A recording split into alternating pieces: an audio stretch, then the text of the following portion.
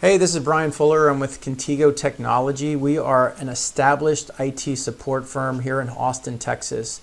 We started out in 2013. Today we have 70 plus businesses that we manage all aspects of their IT infrastructure. One of the nice things to know about us is we are in Austin and we're focused on Austin businesses. We have a great location for an office. We're right off of 183 in Burnett. It's a great launching pad to get to clients that are north, south, west, and east of us. We are Austin focused, and by that we mean, there are more cranes up downtown Austin than you can shake a stick at, and we are very much focused on making sure that we're the best IT support firm for those clients. Now, we do have clients that have satellite offices in different states or in different cities in Texas, but just about all of our clients have headquarters right here, and that's an important ingredient, we believe, because you've got to have a support service that's not only remote but also has the availability to send somebody on site when needed. So if you look at a couple of our clients across Austin, this is kind of a good footprint of the type of businesses we manage. So, Holt Engineering from 17 employees all the way to ATS Engineering and Surveying with 173 employees. You can see the numbers, but what's important for us as we're a mature IT support firm is we really stay focused on businesses between 20 and 200 employees. And the reason being is they are, between me and you right now, off the record, those are the clients that actually have momentum in their business and they're making revenue, and therefore they can spend money on this type of recommendations that we make to make their infrastructure better. What it means to them, going back into the pitch, is we don't want small one-person, three-person companies, five-person companies taking our focus away from our client base, and so we're very true to that, and that's who we're targeting.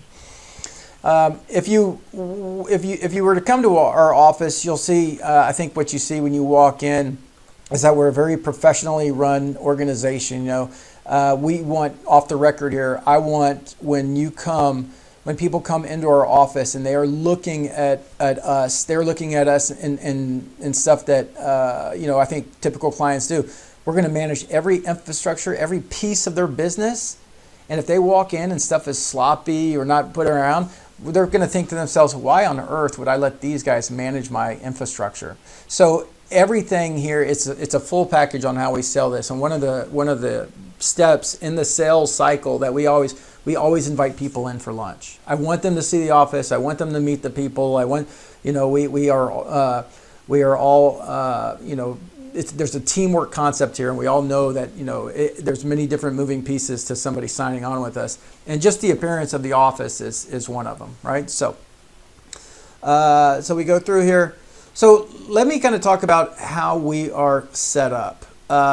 So this is our org chart, and our org chart's a really interesting way of understanding how our business works. So over here on the left, under Andrew Williams, the people here, this is our what we call our first support queue. And these are the folks who are supporting all the employee requests that come in from our client base. And we take a lot of pride in making sure that these guys stay with us for a long time. We don't like to see turnover. It's one of the killers for an IT support relationship is hey, they were great last year, but they got 3 new employees now. So we've done a really good job of keeping our employees. And these are all level 1 technicians, but they're being managed by a level 2 technician, because one of the goals in this category right here is to make sure that they don't get overwhelmed or with overcomplicated tickets and are kicking them to our more sophisticated and, quite honestly, expensive technicians. So this is a very well-oiled machine. These gentlemen over here are more senior, and they're either working on projects or they're working on going on site to deal with stuff that we can't do remotely. And so we have this all going on.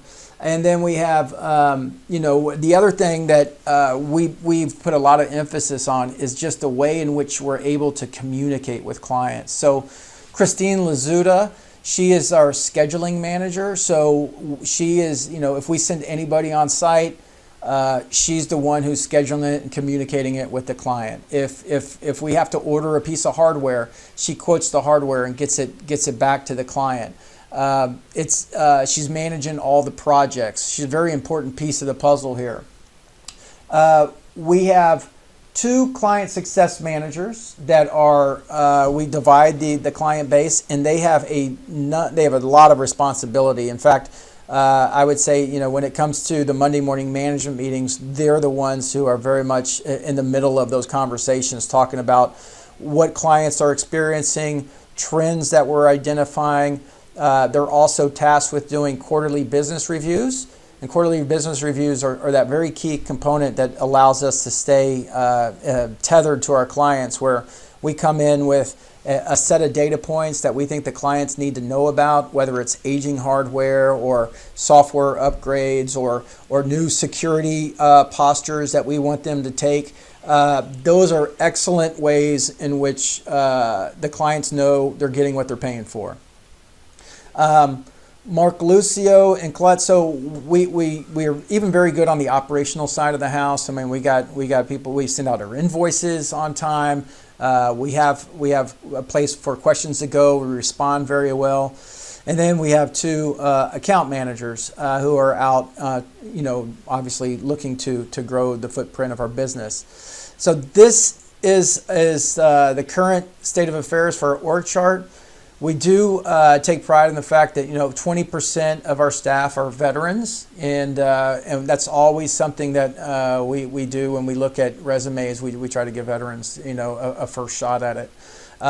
We're very big on making sure all of our employees are tracking towards certifications, because we think it helps them stay motivated. We want to ask them what it is that they want to train for in parallel with what it is that we think the Contigo vision is, and we pay for them to take classes. We pay for their certifications. So that's all good. Let me move down now to conceptually what the service looks like. So when you think of our service, I always try to say think of our service in 3 stacks, right? So the bottom stack is we're going to come in with a best of breed set of tools that allow us to have complete visibility into your network, right? So the network is consisting of PCs, network equipment, servers, cloud applications, and data. So we do a lot of things that make all of that secure. So antivirus, malware, PC patching, health monitoring, but we start getting into some items that small businesses would never get on their own, right? So we're very keen on securing the infrastructure. So we use a spam filter solution. We're trying. We take attempts to stop wire transfer requests coming in. We put special software on all the PCs and servers to make sure that there's no malicious code installed on all the PCs. We train the users on cybersecurity training techniques. And nobody ever, I always say when I do this stack, like nobody ever goes, oh, I'm going with Contigo because of this stack. I'm just saying we have continually added to our stack and invested in our service so that we're continually fighting the malicious activity that's happening to our clients.